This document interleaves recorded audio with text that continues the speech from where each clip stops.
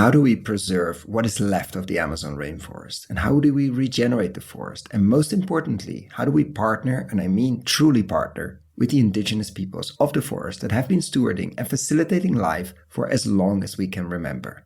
Yes, the Amazon is a massive managed agroforestry system.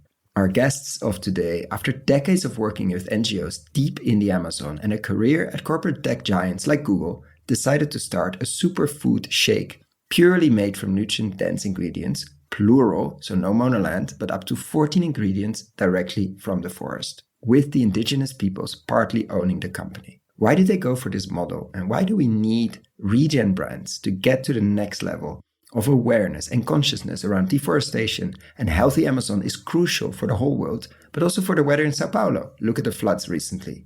So how do we make the health-focused consumer in Sao Paulo and Rio and other big cities buy their superfoods from their backyard instead of importing it from overseas, from some fancy brands who are mostly really good at marketing?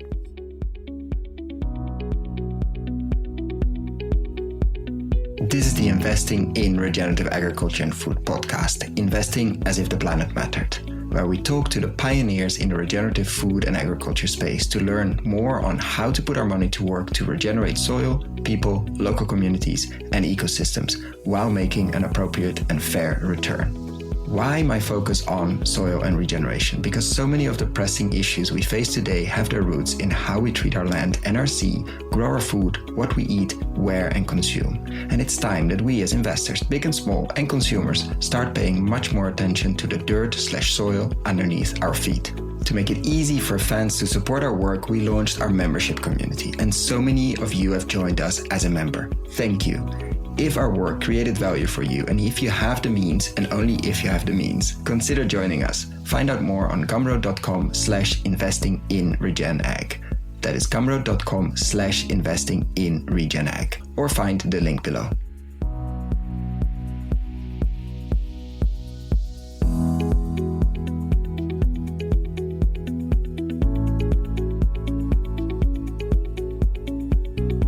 Welcome to another episode, today with the co-CEOs of a company, Mazo Mana, that makes protecting and restoring the Amazon super tasty. Welcome, Marcelo and Zé. Hello, Koen. Good to be here. And of course, I butchered both the name and because the Brazilian accent, Portuguese accent is not that strong. Don't start sending me emails, please. But I'm very happy to have you here. We haven't done a whole lot on the Amazon side. In general, on the Amazon, on the Brazilian side, and I want to shout out Fernando, who made this connection possible. I'm very much looking forward to dive into, of course, the world of protecting, restoring, and superfoods and all that comes with it. But I want to start with a personal question, and you can choose who takes it first because you have a very different background. How come you spend, at the moment, most of your, let's say, waking hours thinking, acting, tasting, selling things around restoration of the Amazon rainforest? What led you to this journey and this profession, which by all means is super important, but not the easiest one? Okay. Thank you, Koen. It's a great pleasure to be here with you, speaking directly from the Amazon rainforest. I'm in the banks of Xingu River, in the very heart of the Amazon rainforest, in a place of one of the biggest conflicts of development models. Like in one side, we have here in Altamira people thinking about monoculture, big construction. Like here was built at the Belo Monte Dam, which was like a big threat to the region. In the other side, we have here in this region 11 different indigenous people talking 9 different languages, riverines, peasantries, amazing landscape in the forest, in the river, very rich biodiversity. And so those people have another mindset, another point of view, which means development. So we are in the middle of this shock of realities, trying to contribute and create alternatives, of course, for the conservation side, to create solutions for value the culture of indigenous communities, value the biodiversity, and all the Amazon rainforest gives to us. So great. So Koen, I'm Zé. Great to be here with you. Hello to your listeners. Well, I live in São Paulo. I come from a very different background from Marcelo. I live in a different environment. My whole career and my whole professional life has been in big corporations.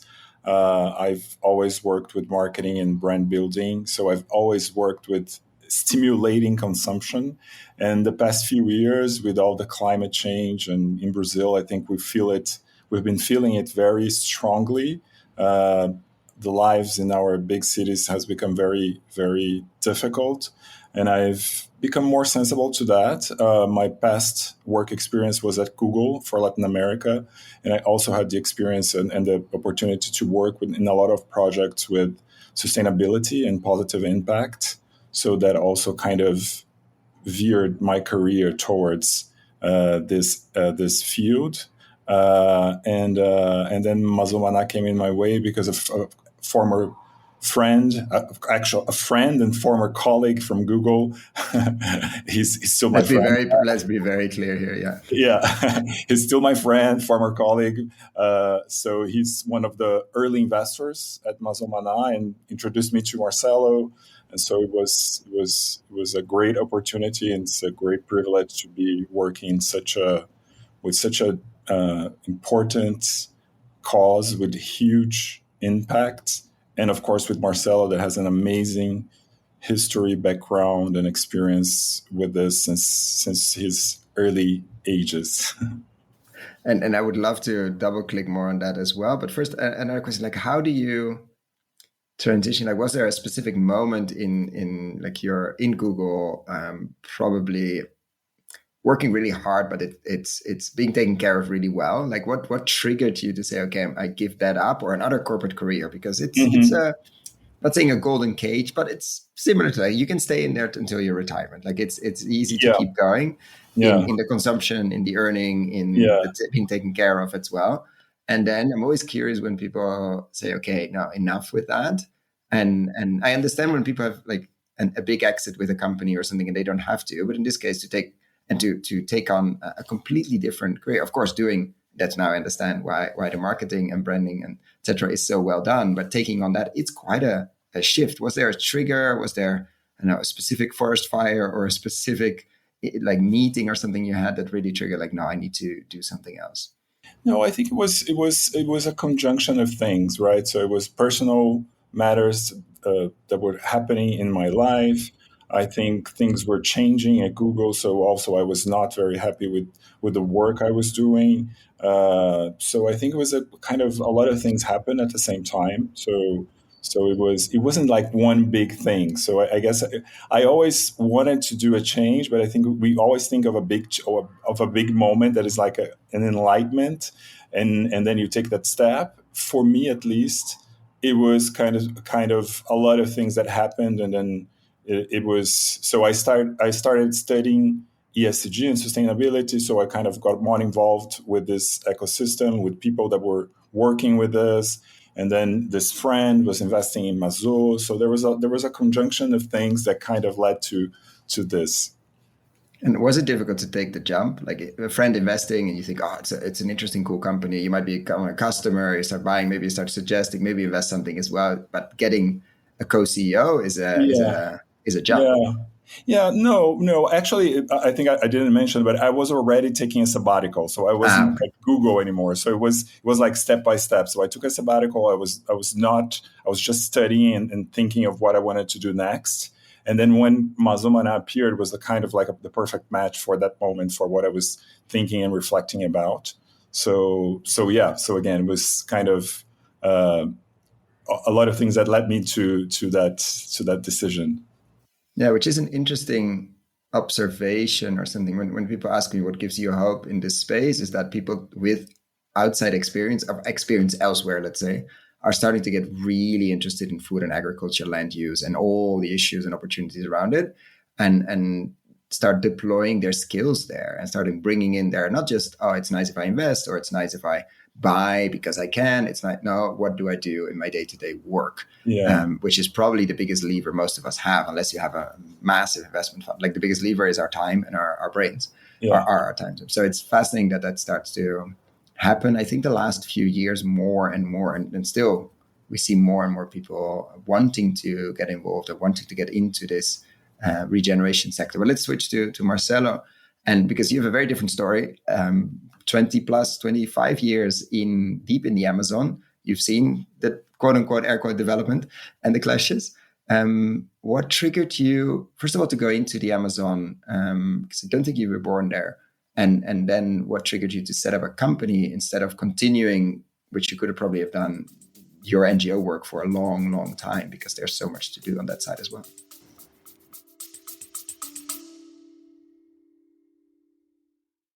Friends of the podcast, Laura Ortiz Montemayor is co-organizing LARIS, the Latin American Regenerative Investment Summit, from the 12th to the 14th of March 2025 in Bogota, Colombia.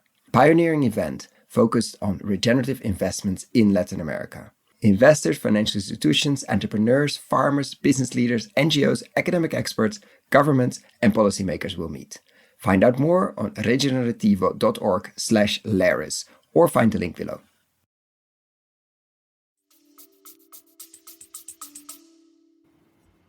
Okay, so no, I have a different story than Zé. Like I have the luck to be in contact with the Amazon rainforest during my undergrad. I was a student of industry engineer, and I should have a career in companies and so on. But I involved myself in a volunteer work in healthcare in Madeira River in the Amazon rainforest. Madeira is Wood River, one of the biggest branch of the Amazon River, supporting logistics and strategic planning of a healthcare work on the ground with a hospital boat and with doctors, dentistries, and so on. I was the only engineer in there. And I went to the Amazon rainforest because of adventure. Like I love adventure. I love walk in the jungle. I used to climb and do lots of things. And I said, I need to go to the Amazon rainforest.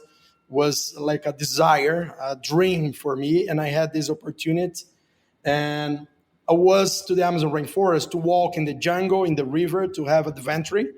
And after a month working there, I realized that I was in love with the traditional people and their culture. So I went just a few times really into the jungle. I stayed more inside the communities and at the hospital boat. But like the feeling was like amazing. And I said, wow, I want to continue this work.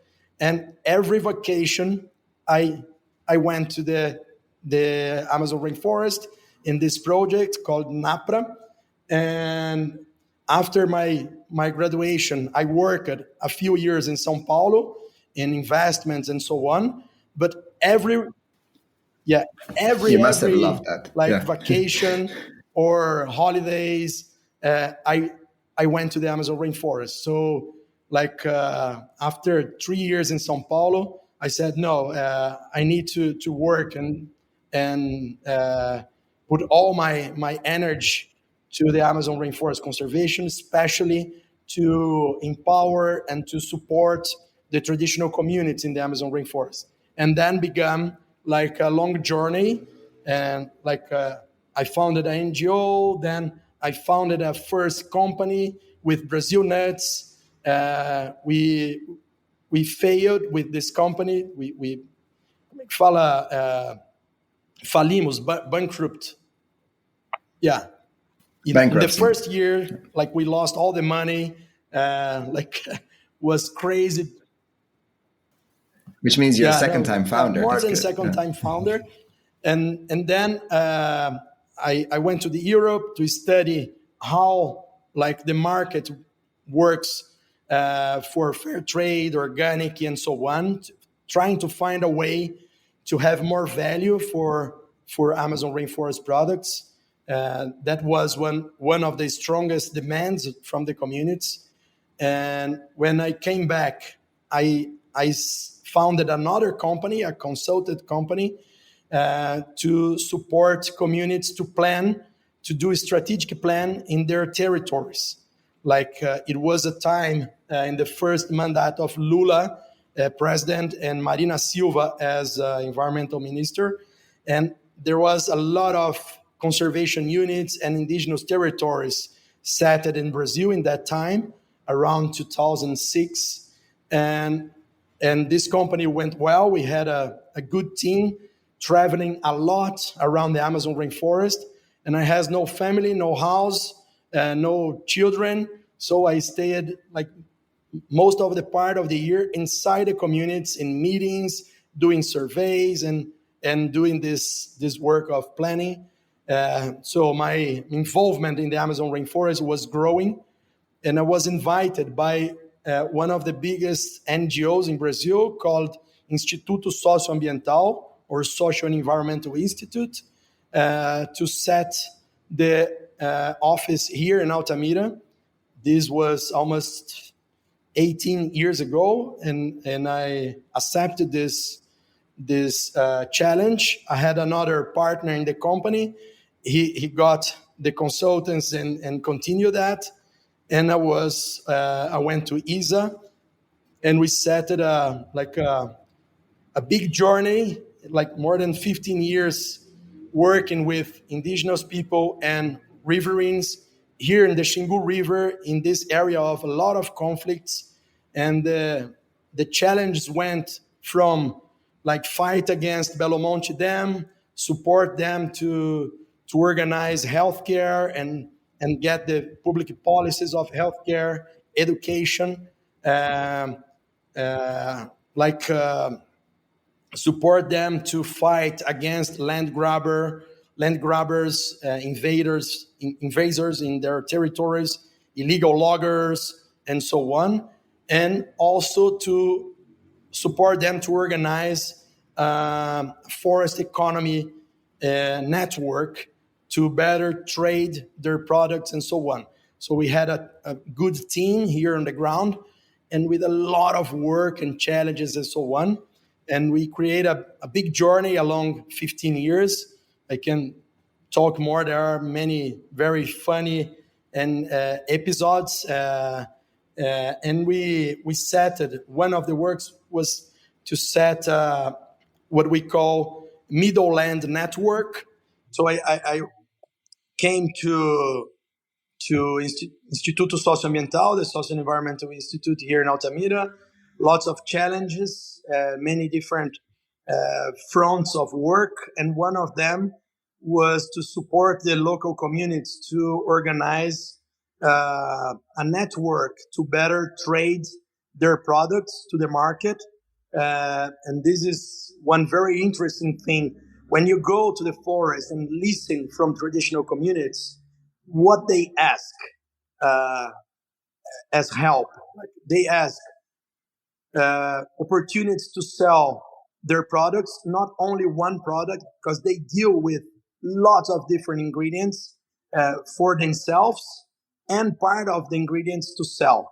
So, and they want, like, of course, better price, long-term contracts, companies or individuals that really wants to trade with them and that understand their way of life and their values and so on, and trying to create opportunities inside the forest. Like, these are the demands that I listen from many years in different parts of the Amazon rainforest, which is the opposite of any monoculture or even like agroforestries with just a few ingredients that we see in some like reforestation projects, for example.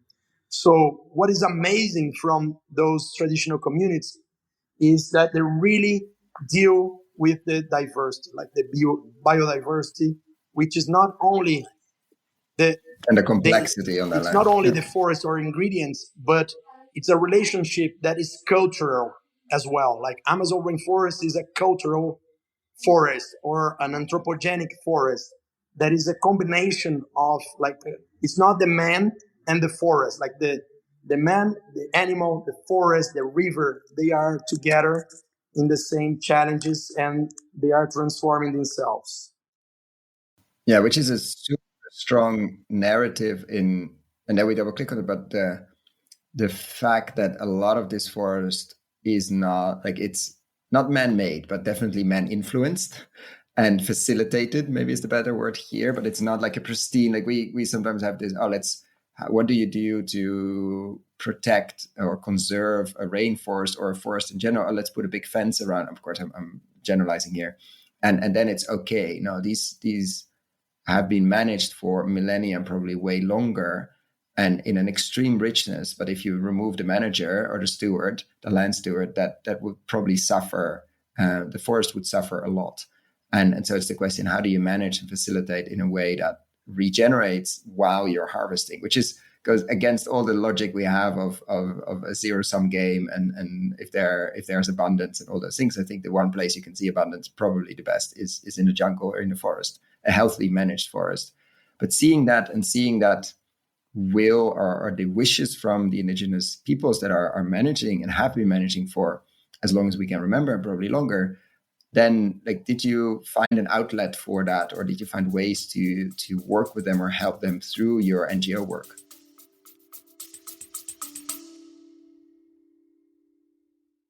We're really looking forward to seeing you all at the Regenerative Food Systems Investment Forum, February 26th, 27th in Brussels. Use Koen 10, that is KOEN 10, for 10% off. Find the link below or search for RFSI Europe. Yeah. It's a challenge. I think we have many different ways to support it. But the first one is to create solutions that is plural. Not only there is not only one solution. Like we need to combine different ingredients, different contracts, different sources of resource, like non-profit resource with profit resource with public policies from the government. So the idea of biodiversity must be applied to any of business combination. Like we need to look for different perspectives. So I think that the word is how to create solutions uh, with diversity, not only biological diversity but cultural diversity, and I think this is key with in this work, and that's it. Like, which led to your third co-founder as well. Very yes. deliberate choice, who is not here with us today, but just to speak on that and speak on behalf of her, which of course is difficult. But what makes also your company structure fundamentally different than from most things we've seen until now? I didn't listen everything you said, but you talked about Raimunda, which is the third co-founder of Mazomana. And Raimunda is a riverine that was born inside the forest in the banks of Iriri River. And she is part of her family came from Shipaya people, which is one of the indigenous groups of Xingu. And another part of his family came from the former rubber tappers, the guys that went to the forest because of rubber more than 100 years ago, 150 years ago. So she is like in the 60 or 70 generation of this side of the family. And they work and live with all this biodiversity. And Raimunda, like I know her almost since she was a teenager, and she became very interested in support her community to trade their product, to process their product inside the jungle. So Raimunda is the manager of one of the mini factories that is inside the Amazon rainforest, which is a model very interesting that make some, not industrialization, but make some processing of some products in an area, and not only one product. So in a small mini factory, we call mini factory, they process oil, for example, babaçu oil, andiroba oil. They process Brazil nuts. So they dehydrate and pack the Brazil nuts and send to the market. They are now starting to process dehydrated fruits, pounder, acai pounder, and this kind of thing. Which more? And babaçu flour, manioc flour. So they have this logic of multi-product processing inside the communities. So bringing the riverines and indigenous people to work with them some parts of the year. So it's not like a traditional factory that the people works 8-10 hours a day, but they work like 2 or 3 months a year inside the factory. Another month they take care with their plantations. They go to the jungle to tap Brazil nuts, copaíba oil, and other products. They fish and so on. So the mini factories, it's one more activity, but it's not the only activity they deal with. So, and Raimunda is the manager of this network. And when we start talking about to create a new model of business inside the Amazon rainforest, Raimunda was very happy and said, "Oh, I want to be part of it." And she is inside our structure inside Amazon Mana. But also, Koen, just to add on that, build on what Marcelo was saying, in terms of our business model also, we have Raimunda, which is a part of a community. She's a riverine person, but we also reserve 10% of our equity to communities associations. So part of our business model is not only including and having positive impact for the traditional communities, but also including them in different ways, in a more advanced ways than other businesses have done so far, so that they are part of the business, they are part of the decisions, they co-create also the products, how we move forward. And as we grow, they are not benefiting only from us buying ingredients from them, but they are also they have a share on the company. They're not stakeholders, but they are shareholders as well. Skin in the game. Yeah. And great. One interesting thing, like Patagonia create this model of nature as a shareholder. Like we are trying to push a model that traditional communities are shareholders. So we are trying to create a model and trying to influence other companies to have equity for communities, like equity for communities movement, especially in the Amazon rainforest. When we see the map of the deforestation, it's very clear that where there are traditional communities, there are forests. So the traditional communities works like the real like shield, escudo of protection, shield of the forest.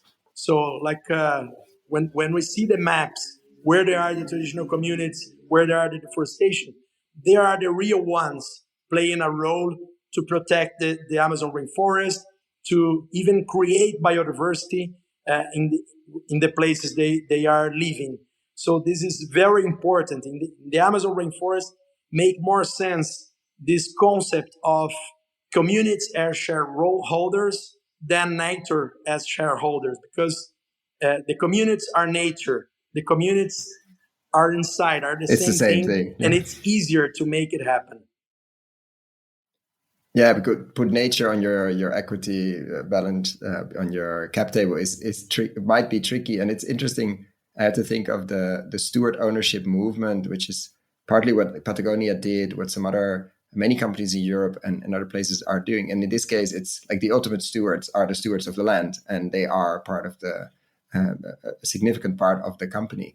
And so going to because we've talked around it a bit, but what is the company? What are you selling, and why did you decide to, let's say, make, as I said in my introduction, the protecting and restoration or regeneration of the Amazon tasty? Like, what was the trigger there, and why did you go for these super shakes that you're currently selling and producing?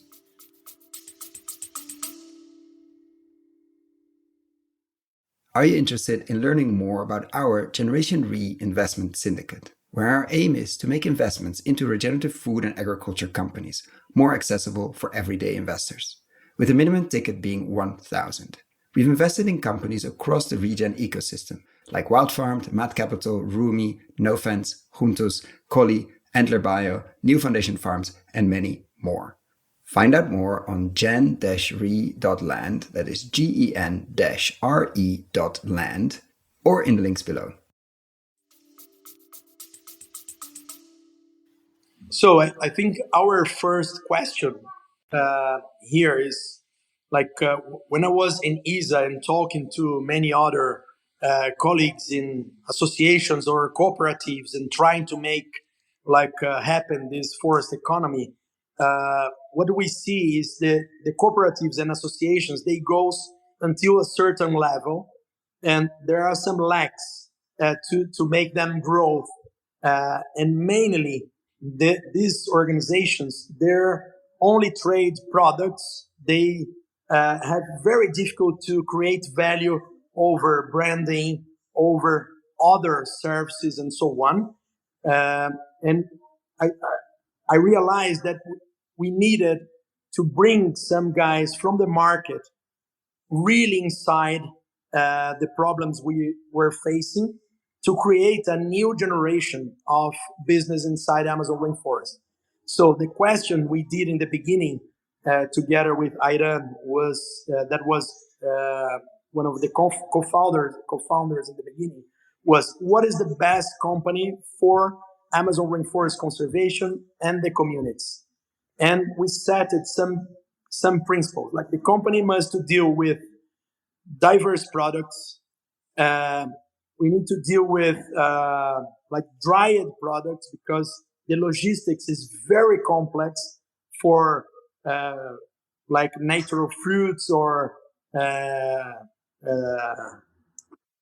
freezing and this kind of things. It has things. to be dried. Like, anybody that thinks that their logistics are complex, go to the Amazon, and that's a whole different level of complexity. Yeah, it has to be dried, basically. There's no way otherwise. Yeah. Third point is the community needs to be part of the company since the beginning, which is not common. The fourth is, just ingredients don't pay the bill for the Amazon rainforest protection and for the communities. We need to combine the ingredients and the environmental services those communities play for the world. For example, when indigenous people go to the jungle to collect Brazil nuts, they deliver a nut with protein, good fat, selenium, and other properties. But besides that, while he is collecting the Brazil nuts, he is monitoring the territory. He can see if there are any invasion. He can see if there are something wrong going on. They can see if there are changes in the forest because of climate change and so on. And this is a service that nobody pays for it.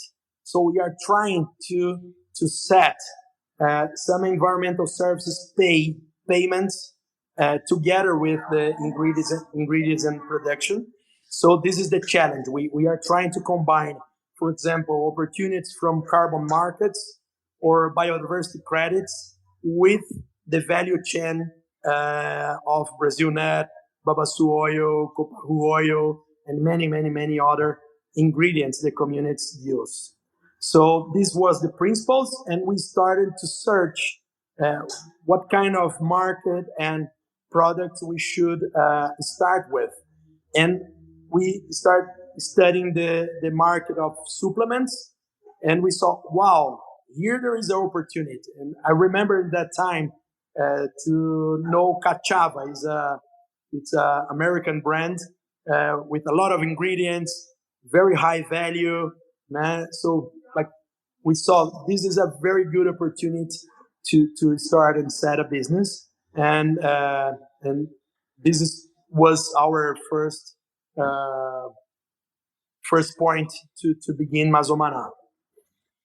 And then Zé, when you came on board, what did you find, or what did you see, and like what was the state? Let's say when you came in, because Marcelo made a really good point. We need to there's a ceiling of what the companies until now, the cooperatives, etc., have been able to get. We need a brand or brands, probably plural. We need to sell this for a margin that makes it worthwhile, that it flows back to the people in the Amazon and to the land. Like that's I think in general in agriculture and food, we're trying, okay, what are the channels? You can go into the commodity business, very difficult to make any money in margins. You can build up a brand, not easy, but probably one of the routes to capture more of the value, hopefully from consumers that are interested enough to pay and keep paying and flow it back to the land. Like, what did you find when you joined? Yeah.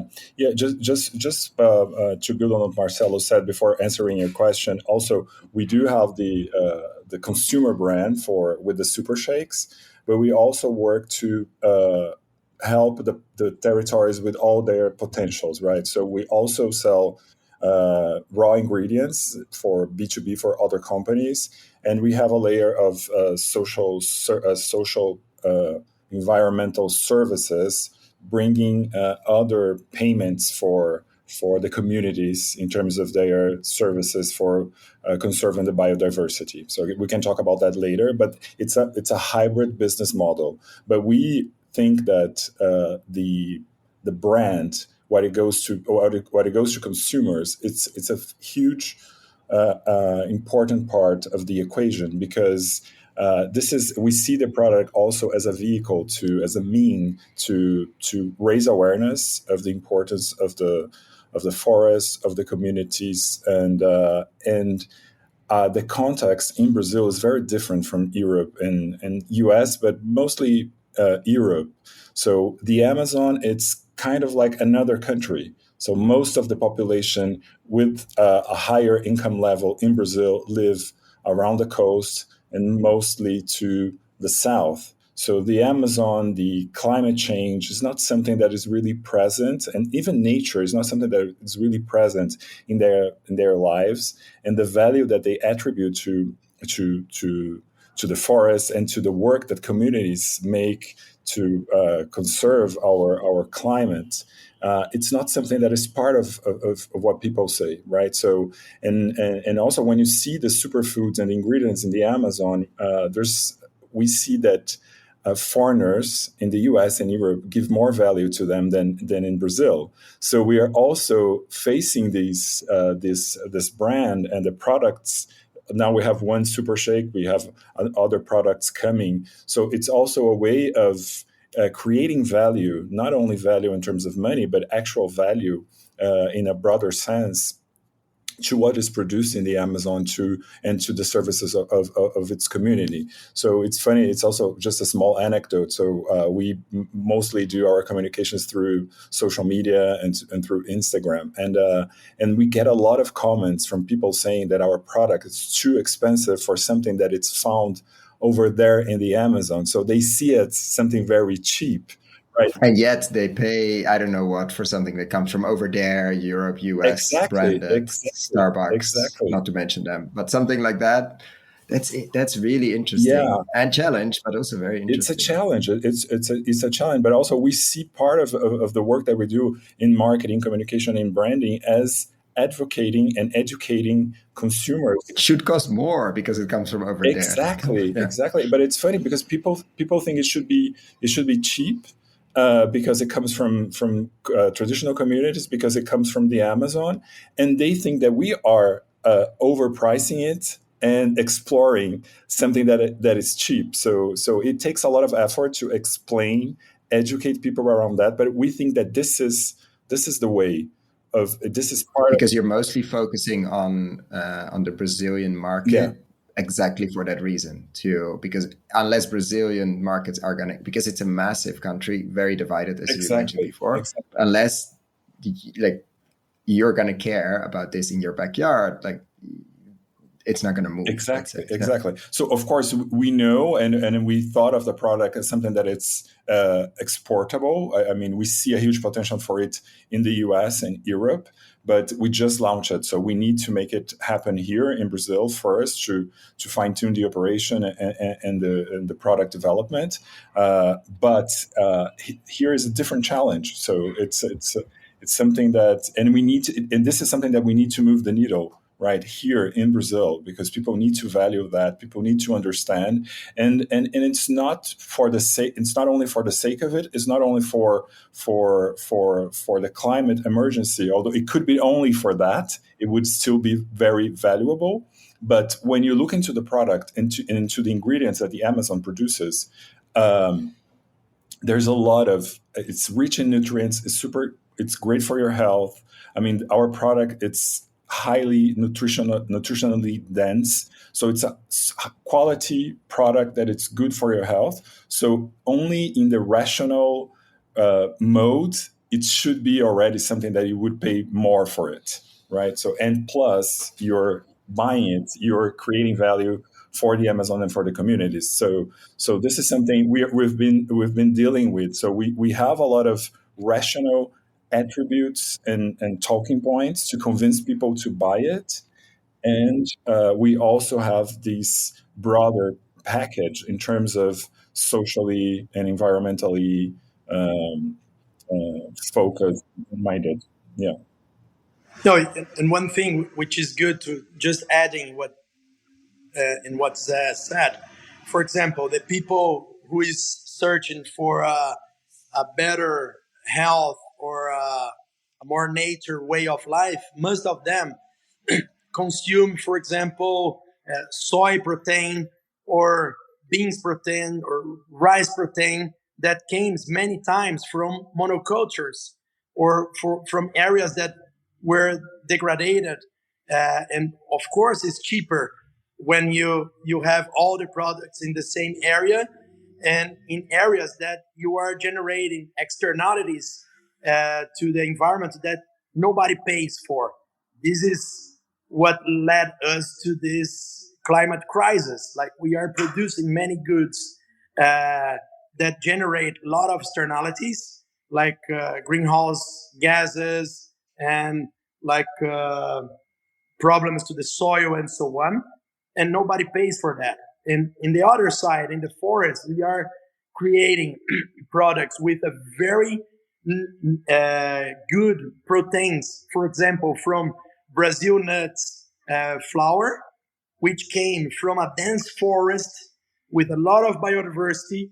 And collecting this Brazil nut forest, the rubber tappers or the indigenous people, they generate positive externalities for the country, for the planet. For example, when they are conserving the forest is contributing for climate regulation to avoid greenhouse gases to the environment. So, and nobody pays for it. So what we are trying to do in the Mazomana business model is to capture these different values and put inside the pack we sell. So the communities can get money from the ingredients they sell, which is not cheap, but also get money from carbon credits, from biodiversity credits, and so on, projects that we are supporting to develop as well. And Koen, just to wrap that up, I mean, this is super important to make those ingredients more competitive and still bring value and financial support to the communities. Because when we think of Brazil, I mean, the average income of a family is very low compared to a country like US or any European country. So price is still a very, people are very sensitive to price. Price is a barrier.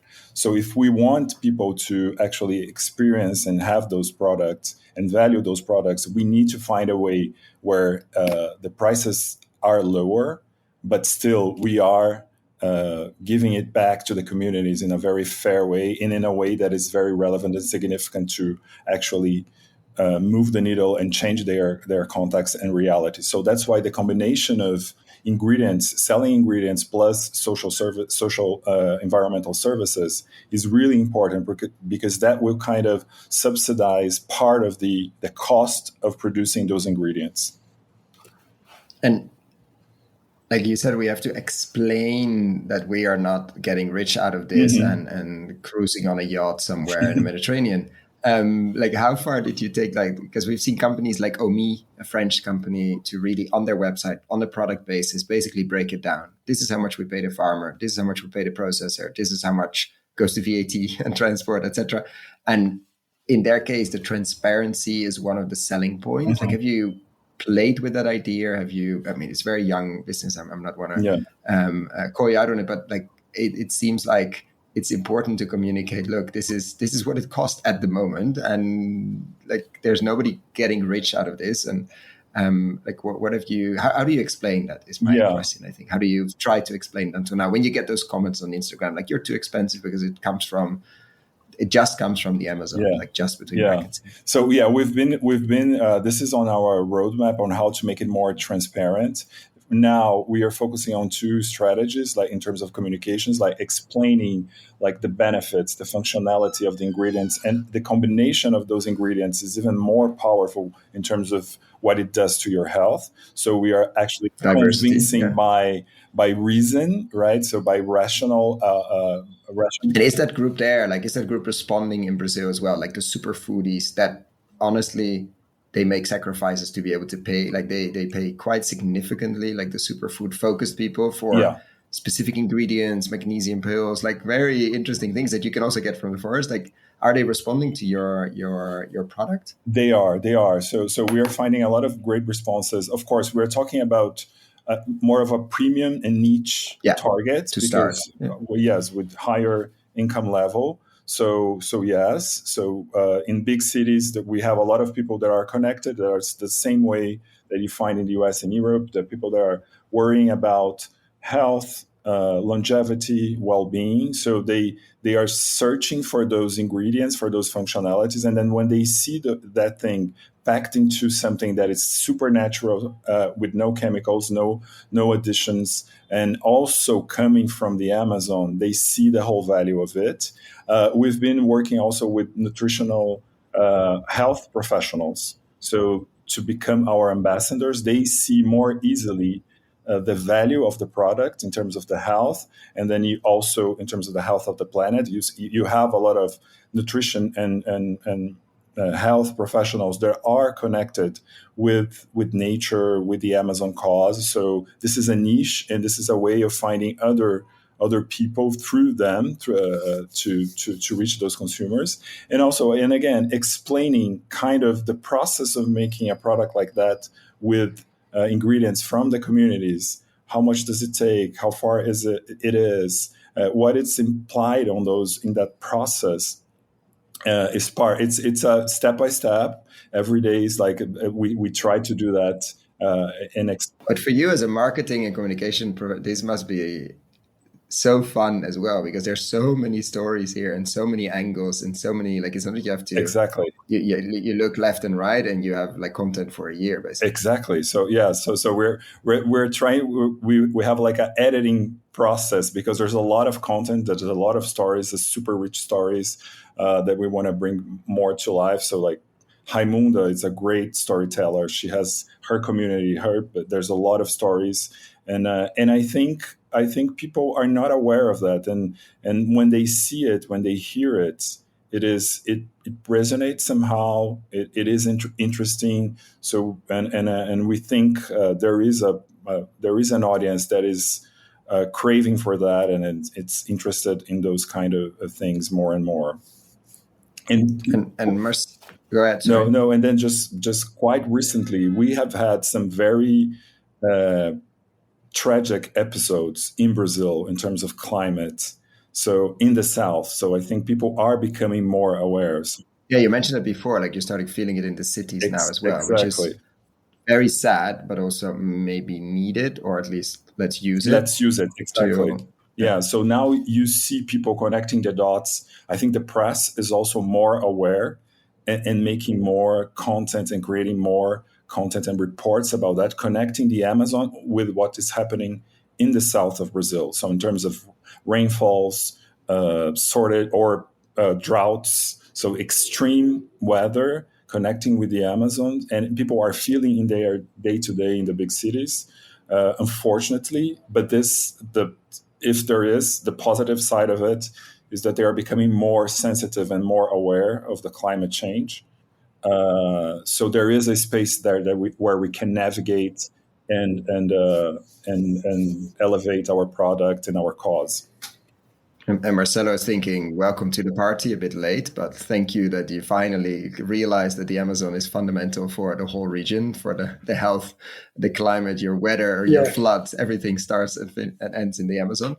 But thank you for showing up 20 years after the rest started paying attention to it. But how is that for you living in the Amazon, that it seems finally, slowly, people start to see that not just as an issue there, like, oh yeah, deforestation is very important, but it's so far from me anyway because it's 5-hour flight.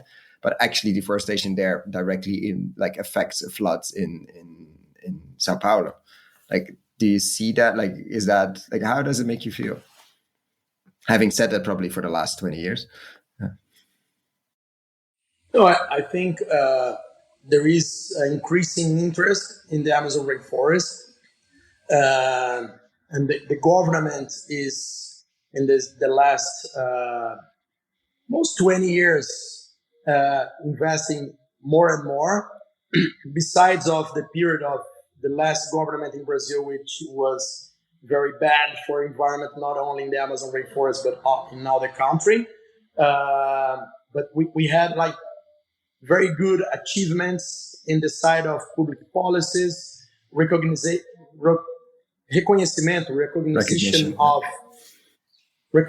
of indigenous territories, conservation units, public policies of health, education for traditional people. Of course, there is a lot to be done, but the government is playing a role. I see that philanthropy came in stronger and stronger to the Amazon rainforest with, for example, Rainforest Foundation Norway, Moore Foundation in the United States, and many really good and great foundations interested in create solutions for the Amazon conservation. Like the Amazon Fund is an example of this negotiation from countries, philanthropy, and so on to create extra money to invest in the Amazon rainforest.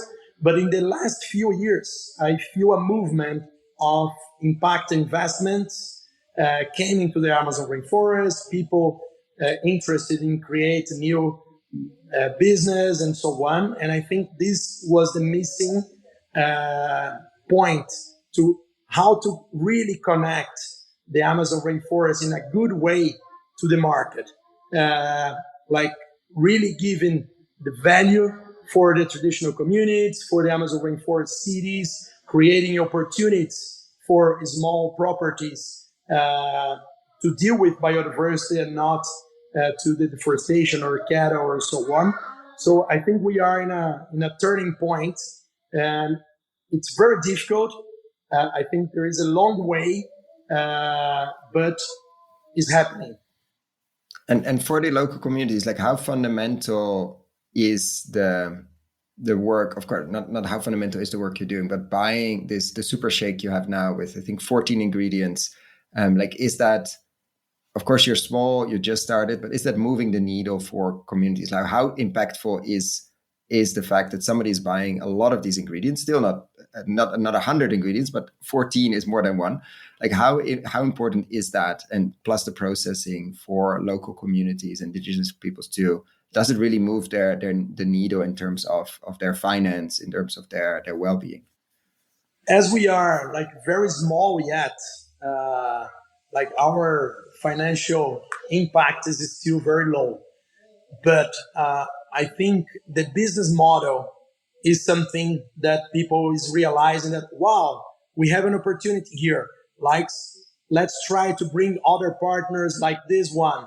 let's try to push our associations or cooperative in a different way to the market.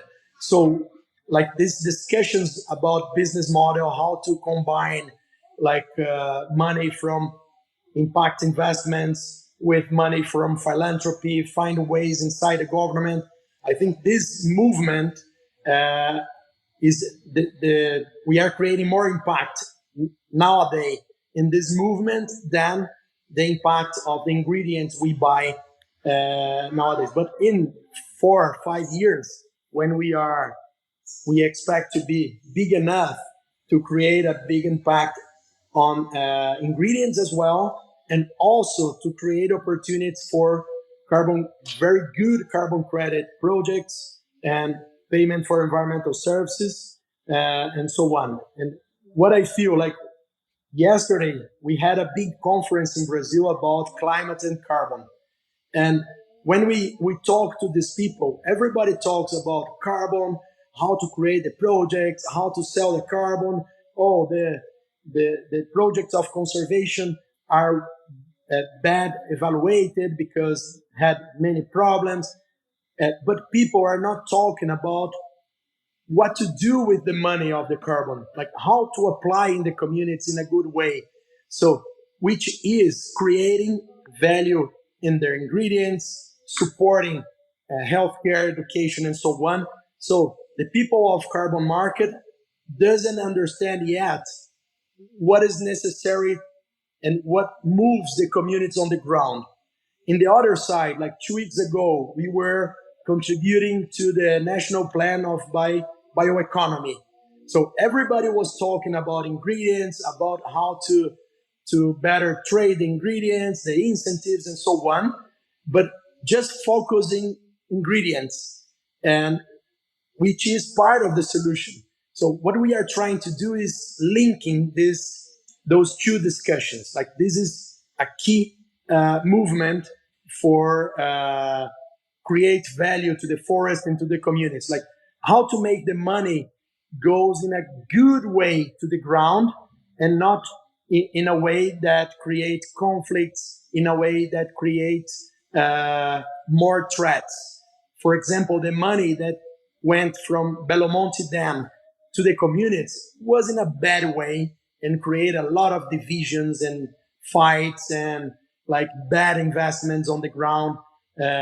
So that is something we are trying to connect those two different words. Which is a perfect bridge to a few questions we like to ask is, and I will start with the first one is, what would you be your main message? Let's say we do this in Sao Paulo, in the financial heart of Brazil, or in another financial heart around the world. And the audience, we do this in the theater. I like to ask the question in that way. We are in a theater, we do this live on stage. Of course, we had good food before. We can taste the Amazon forest. We've seen a lot of imagery. And the audience is full of people working in finance, either with their own money, like impact investors, or working with other people's money. What would be your main message, your main seed you want to plant that they remember the next day? Because, of course, everybody's always inspired the evening, and then the next day at work, maybe less, or they forgot many things. What would be the seed you would like to plant that they hopefully do something? I think my message is, you want to invest in the Amazon rainforest, try harder and listen more than try to teach to the Amazon rainforest communities and local people. I think the indicators they use, many of them doesn't apply for the region. Like be corajoso, how Curious, can I say? courageous. Courageous, yeah. Courageous Is better. Really courageous. Like we have a lot of opportunities, but I feel the investors, not the investors of Mazomana, but the many others, not courageous enough to really create a new business for the Amazon rainforest conservation. I think we need more courageous investors able to be in the ground, to listen, to test, to fail, and to create new path. I think this is like the key message. Yeah, and I also from what the conversations that we've had with more traditional investors, I think they try to apply regular rules, KPIs, frameworks to a place that it's different, to a context that's completely different. So there isn't a actually goodwill to adapt and listen, as Marcelo said, and adapt. So they just try to replicate, right? So, and it's not possible to replicate what you're doing in São Paulo or in New York to nature, right? So it needs a little bit. There is a ramp up, but so you need to adapt. It's a different context.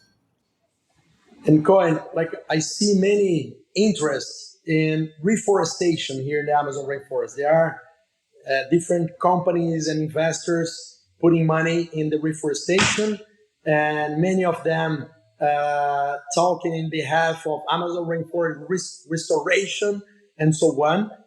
But many projects are dealing with just a few ingredients, few species, and dealing with farmers, but not with the forest. At the same time, we are losing per year about 10,000 square kilometers of forest. So we need more intelligence and investments in how to protect the forest and avoid the deforestation. Of course, the two kind of investments is very important, but I feel we need to balance more and try to bring more investors, research, and point of view to how to make the forest be stand and not only reforestation. Reforestation is a bit easier because many of them occur in private properties. And the conservation, many of them occurs in traditional community lands who belongs to government, who are collective properties, which the investors see risky. As like it's a very high complexity, very risky, and so on. So, but I think the marvelous experience come from the forest. And just to talk a little bit about a concept of Mazomana uses a lot. It's a concept of hyper-dominant vegetation of the forest. I don't know if you know, but Amazon rainforest has about 16,000 different species, like trees, and about a little more than 200 species is responsible for 50% of all the forest. So there is an opportunity to work with this more than 200 species together and create like a scalable business model that can support many of the communities and the rainforest. And this theory comes from an intersection of biology, anthropology, and archaeology. And there are like two of big masters of anthropology and archaeology in the United States that studied Amazon rainforest from a long time. Mike Hackenberger from Florida University. It's one of the biggest archaeologists in the Amazon rainforest that together with Eduardo Neves, a Brazilian archaeologist, are working a lot to develop this knowledge from ancient communities in the Amazon rainforest. And William Ballet, for example, from Tulane University, was one of the first guys to talk about the concept of cultural forests. So all these ingredients were managed by traditional communities. Like when they moved from a place to another along more than 10,000 years, they create this effect of hyperdominance because every time they moved from one place to another, they carried with them like the seeds they use it for food, for house construction, for canoes, from many materials, and this created this effect of this is the biggest agroforest we have in the world, like the Amazon rainforest, managed by traditional communities alongside like more than thousand years created like this biggest agroforest, this huge agroforest, and named by Amazon rainforest. This is an amazing concept that is behind like our choice of ingredients, behind of the partnerships we do here. And flipping the question, what would you do? I mean, your message to investors, both of you, whoever wants to take first, if you would be in charge of a large investment fund, let's say we usually use the example $1 billion, which I don't know how much it is in Brazil, right? But let's say I use the example because it's so much money that it gives. Of course, I'm not looking for investment advice or exact investment amounts, but what would be the big buckets you would focus on? What would be the main 3, 4, or 5 areas that you would deploy this, which could be extremely long-term investments, doesn't have to return in 5 to 10 years, doesn't have the normal, some of the normal return profiles, but it would be nice if it returns at some point. Like it's not grant money, but it's investment money. What would you do if you had access to so much money to be deployed? I would invest at least 50% directly to the forest communities to empower and to promote their way of life. Like they know how to manage and how to create diversity and put half of the money in their hands, and really nice things come up. But how would you do it different than what happened with the Belamonte Dam, where a lot of money, not this amount, but a lot of money came in very quickly without any governance or structure? Like, how would you do that? How would you avoid those pitfalls of the Dutch disease? Okay, this has to do about the second half of this money. I would split in two at least. One of them invest on community partners as NGOs or government or even companies to support them, but led by them in the governance, in the technology development, in this intersection of knowledge of what they know and what the science can provide to us. And the other part of the money in a very innovative business models that can be connected with the forest. Thank you. And Zé, what would you do? I would, I'm going to use my marketing hat. So I think we need to create demand for and value perception for those products and for the cause. So I think we need to invest in education, advocacy, creating demand and market for those products, because any report that you read, at least in Brazil, regarding drivers of consumption, people are super aware of climate change. They are aware of sustainability, but it's not one of the countries with the most, like the highest awareness, and actually, I think exactly. It keeps popping up. Yeah. But it doesn't drive change of habits. So it doesn't drive choice in terms of consumption. So I think we need to create demand. We need to create market for those brands, products, and create value so people perceive value. I think I would invest in, as Marcelo said, in the supply chain so that the ingredients are more competitive. And so technology for communities so that the ingredients and the production is more efficient and more competitive in terms of price. And the other part, I would just slipped my mind. So marketing, ingredients, supply chain, and data. I think there's a lot of initiatives of monitoring and adding a layer of data to ingredients and to the territories.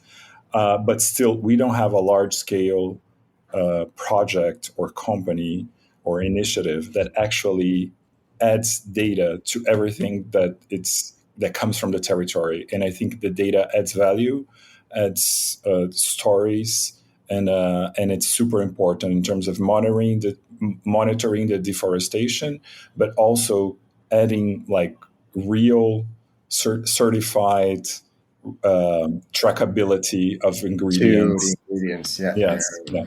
because you're going to get other quote unquote Amazon superfoods that are coming from monocultures and things like that. Exactly. Yeah. Exactly.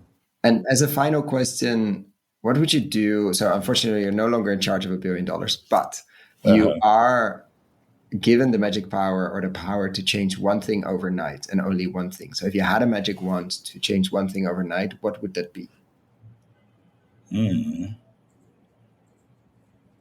One thing overnight. Could be anything. Consciousness. Like we've heard many different things. All animals outside, from consciousness to subsidies disappearing to incentives. Like really, but also better flavor, better taste. People can see behind the supermarket what's actually happening in our food system. We've had many people taking in many different directions. Yeah. From where I sit, I think the biggest barrier is consciousness, awareness. I think people are superficially aware, but are not really touched by the issues that we are going through. So I think this is one of the main challenges and one of the main opportunities for actually changing the context, because I think the only thing that will make change is it's money. In the end, it's still capitalism, right? So if people are not buying and actually putting money on that, there won't be a huge volume of efforts to actually change the context. So, and I think it will start with people. So people will drive the change, and so they need to be more sensible and aware and actually change habits. So I guess that would be a great starting point to change the whole ecosystem and the whole context where we are situated. And as a final question also to you, Marcelo, what would you do if you, so we take away your fund, unfortunately. I'm sorry, hopefully it's all deployed, so you don't have to, we're not taking it back, but we took away that massive amount of money, but we do give you the power to change one thing overnight.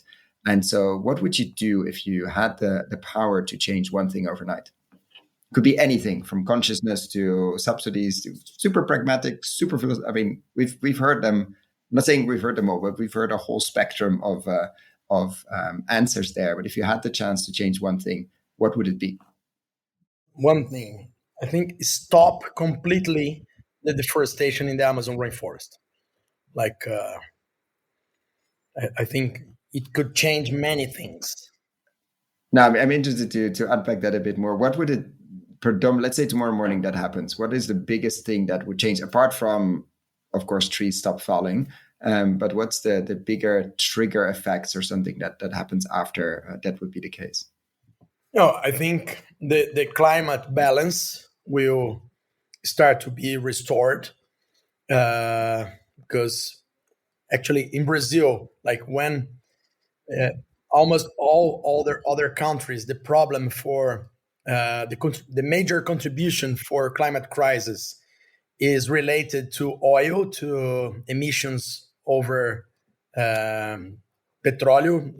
oil. Here in Brazil, it's because of deforestation. So deforestation causes many threats to traditional communities, to the forest, to diversity of culture, and so on. And my bet is if we really stop the deforestation, we will create more life over this knowledge in the traditional communities. It will force like the private properties around the forest to create another models. So it can create the real revolution that will make more sense plant forests than stop them, because we have not good regulations, not good investments to really stop the deforestation. People still bet that, oh, I will do deforestation, the land will value more, I will sell this land, I will put more cattle, I will put more soybeans. So we never really change the model of monoculture. So if we really stop, I think it will make changes in people's mind, and it will create opportunities over diversity and over forest stand, resulting in better climate here in Brazil and better climate to the world. Because I think the Amazon rainforest or the tropical forests are not only important because of carbon emissions, but because of many other things like biodiversity, because they have an effect of increase the temperature of an air conditioned, how can I say, Air conditioning. air Yeah, air conditioning the conditioning. world. So and many other effects. It's not only related to carbon emissions. That's it. Thank you so much. Thank you so much for that, and obviously for the work you do and coming on here to share about it and share more about your journey. Really, really, really interesting. I'm looking forward to keep following it over time and see how you're getting the healthy, focused superfood, let's say disconnected from nature in the big cities, to be interested in their backyard again. And to be interested in that Amazon forest that is pretty far, but not that far, but actually keeps them alive in general, and maybe then even more directly through the food they eat. So we need more brands, we need more, obviously, money and financial streams and skin in the game for the people that are doing the hard work of stewarding the land, maintaining the land, and maintaining the biggest agroforestry system we have, which is the Amazon. So thank you so much for coming on here, Marcelo, and thank you for the work you do. And thank you very much to having us here and to put us in your amazing program, amazing podcast. It's an honor to be here and to spread a little bit of our messages to your public. So, and I invite you to be here whenever you want. Let's do a live program inside the jungle, interviewing indigenous people, listen to the river, to the forest, and so on.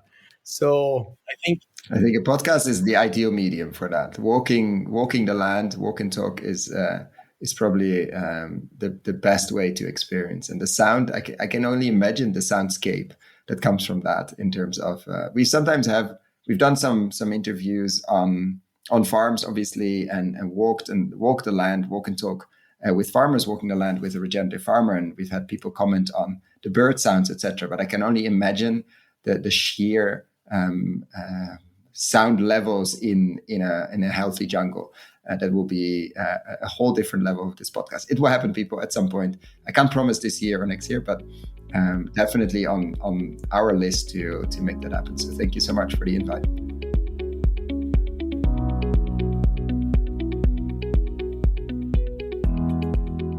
Thank you so much for listening all the way to the end. For the show notes and links we discussed in this episode, check out our website, investinginregenerativeagriculture.com/posts. If you like this episode, why not share it with a friend or give us a rating on Apple Podcasts? That really helps. Thanks again, and see you next time.